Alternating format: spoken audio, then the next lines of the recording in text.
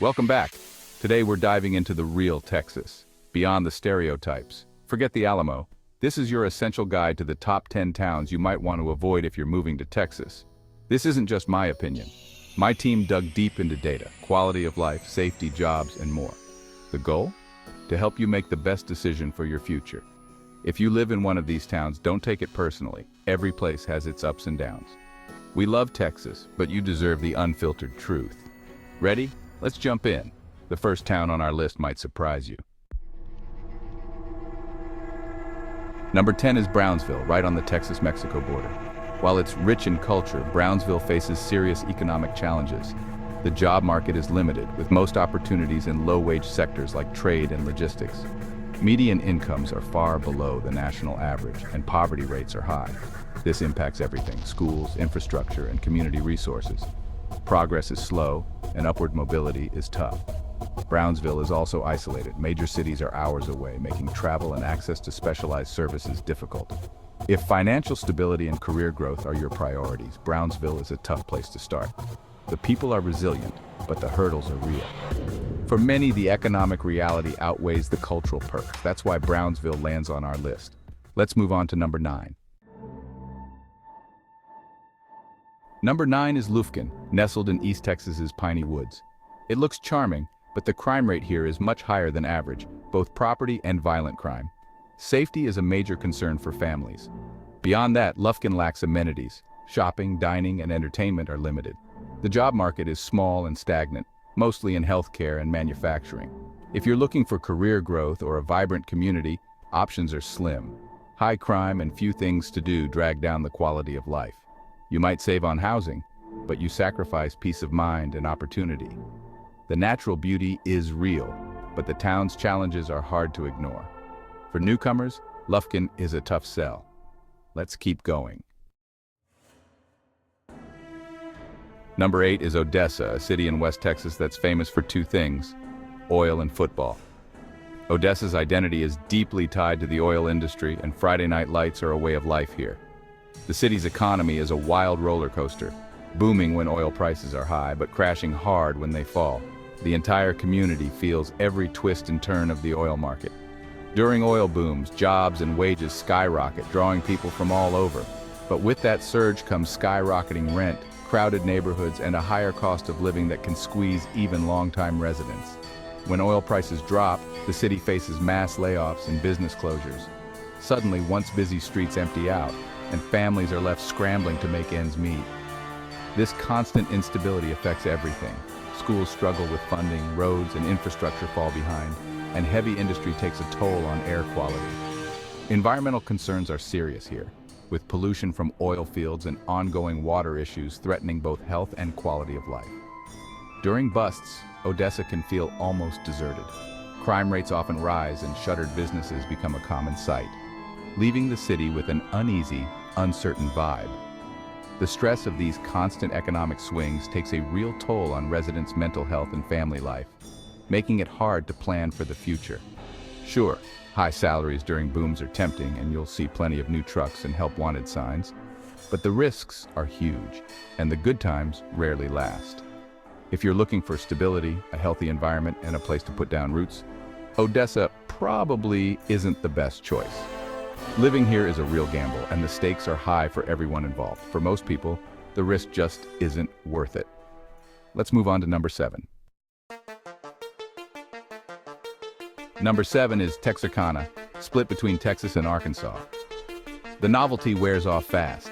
Texarkana's Texas side struggles with a weak economy and high unemployment. Job opportunities are scarce, and many residents commute or settle for underemployment. Entertainment and cultural options are minimal, making life here feel stagnant. The city's split identity creates confusing bureaucracy, two governments, two sets of laws, and uneven tax rates. Infrastructure is neglected and public spaces are underfunded. The city feels left behind compared to the rest of Texas. The photo op of standing in two states doesn't make up for the daily challenges. For most, Texarkana is a tough place to build a future. Let's move to number 6. Number 6 is Huntsville, home to Sam Houston State University and 7 prisons. The prison system dominates the town's economy and identity. Most jobs are tied to corrections or the university, leaving little room for private sector growth. The atmosphere is somber, with the presence of prisons felt everywhere. Economic diversity is almost non-existent, and amenities are basic. The town feels more functional than fun, with limited options for families or young professionals. If you're not working for the prison system or university, opportunities are scarce. The community vibe is unique, but not always in a good way. Huntsville is stable, but stagnant. For most newcomers, it's not the fresh start they're looking for. Next up, number 5. Number 5 on our list is Port Arthur, a Gulf Coast city whose skyline is dominated by sprawling oil refineries and massive petrochemical plants. This industrial presence is impossible to ignore, shaping nearly every aspect of life here. The industrial pollution in Port Arthur is severe. Thick plumes of smoke and chemical odors are a daily reality. Air quality is consistently poor, and residents face some of the highest health risks in the state, with respiratory issues and other illnesses far above the national average. The area has earned the nickname Cancer Alley for a reason. Decades of exposure to toxic emissions have left a lasting mark on the community, with cancer rates and other serious health problems much higher than elsewhere. On top of the pollution, Port Arthur is highly vulnerable to hurricanes and frequent flooding. Each storm season brings new risks, damaging homes and infrastructure, and making life here feel risky and unstable for many families. Despite the presence of billion-dollar industries, poverty and unemployment rates remain stubbornly high. Many residents struggle to find stable work, and opportunities for advancement are limited. The wealth generated by oil and gas rarely benefits the people who live here. Public services and infrastructure are chronically underfunded. Schools, roads, and hospitals often show signs of neglect and disrepair.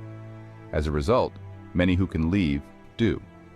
The population has steadily declined, leading to even fewer resources and deeper economic struggles for those who remain. Living in Port Arthur means accepting major health and safety risks for limited economic reward. Families worry about their children's health and their own future, often feeling trapped by circumstances beyond their control. The cycle of pollution, disaster, and decline is hard to break. Each new storm or industrial accident sets the community back even further, making recovery seem almost impossible. For most outsiders, Port Arthur is a place to avoid, a symbol of environmental sacrifice and economic neglect. Let's head to number 4. Number 4 is Beaumont, Port Arthur's larger neighbor in the Golden Triangle. Beaumont faces high violent crime rates, among the worst in Texas. The economy is tied to oil, but without the big booms, just instability and decline. Job losses and population shrinkage are visible in abandoned buildings and aging infrastructure. Efforts to revitalize the city struggle against economic headwinds. Hurricanes and flooding add another layer of risk, with slow recovery and lasting damage. The city feels stuck, with little new investment or energy. While it offers more amenities than Port Arthur, the challenges are overwhelming. Safety, economic opportunity, and quality of life are all major concerns. Beaumont's problems are deep-rooted and hard to escape. On to number 3. Number 3 is Eagle Pass, a border town under constant pressure. The city's infrastructure, hospitals, schools, public services, is stretched thin by heavy border activity. Access to healthcare is limited, with few specialists and long drives for advanced care. The economy is small, with few stable jobs outside of government or trade. Median incomes are low and poverty is widespread. The constant media and political attention create a tense, stressful environment. Amenities are limited, and daily life can feel chaotic. For families, the lack of resources and opportunities is a major drawback. The people are resilient, but the challenges are immense. Eagle Pass is a tough place to build a stable life right now. Let's see who's at number 2. Number 2 is Paris, Texas, famous for its cowboy hat Eiffel Tower, but not much else. The town has suffered decades of economic stagnation and population decline. Job growth is non-existent, and the few good positions are fiercely competitive. Downtown is dotted with vacant storefronts and amenities are outdated. Wages are low, making it hard for families to get ahead. Young people often leave, draining the town of talent and energy. Social and racial tensions have also hurt the town's reputation. Paris feels stuck in the past with little hope for change. The novelty wears off quickly for newcomers. For anyone seeking opportunity, Paris is a dead end. Now, the #1 town to avoid. Number 1 on our list is Killeen, a city defined by its close connection to Fort Cavazos, one of the world's largest and most active military bases. The presence of this massive installation shapes nearly every aspect of life here. The city's population is highly transient, with soldiers and their families constantly arriving and departing as assignments change. This constant movement means that few people stay long enough to truly settle in or form lasting bonds. This never-ending churn creates a lack of community, investment, and pride. Many residents don't feel a strong connection to the city, and it shows in the neglected public spaces and rundown neighborhoods. Most housing options are low-quality rental properties, often poorly maintained. Neighborhoods can feel temporary and uncared for, with little incentive for landlords or tenants to invest in improvements. The local economy is almost entirely dependent on the military base, leaving few other job opportunities for residents. When the base isn't hiring, options are limited, and unemployment can spike. Businesses in Killeen cater almost exclusively to the needs of the base and its personnel, which limits economic diversity and stifles long-term growth for the city as a whole. Crime rates are notably high, especially in areas close to the base.